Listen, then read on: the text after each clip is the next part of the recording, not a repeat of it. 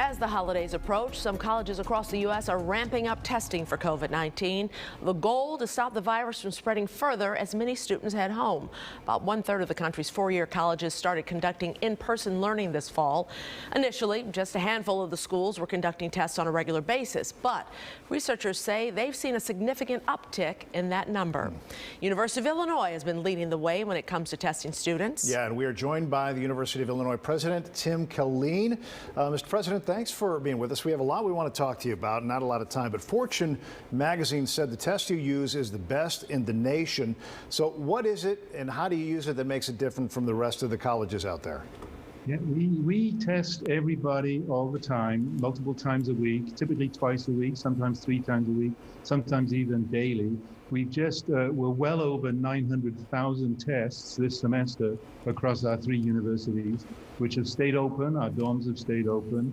Positivities at Urbana-Champaign is 0.32% today. So much calmer there.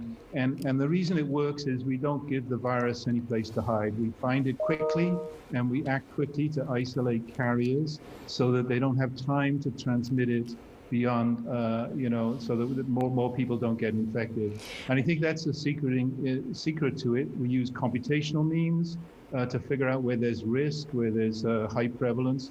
We've developed our own testing methodology, which is non-intensive, low cost, non-intrusive, cheap and fast turnaround.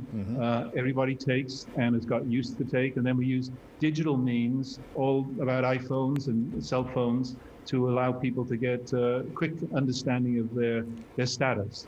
And then we use that status so that students can get into classrooms, so that every student in every classroom taking class and the professors have all been cleared of COVID. So there's a reassurance that it's a safe working environment. What made you I'm sorry, how did you come up with that? And is there pushback from it? And you also said there's no cost to the student. Who's paying for it? Well, it was hard work by brilliant faculty, interdisciplinary faculty over the summer. We realized in about the March timeframe that we had to just innovate to be able to open safely and remain open.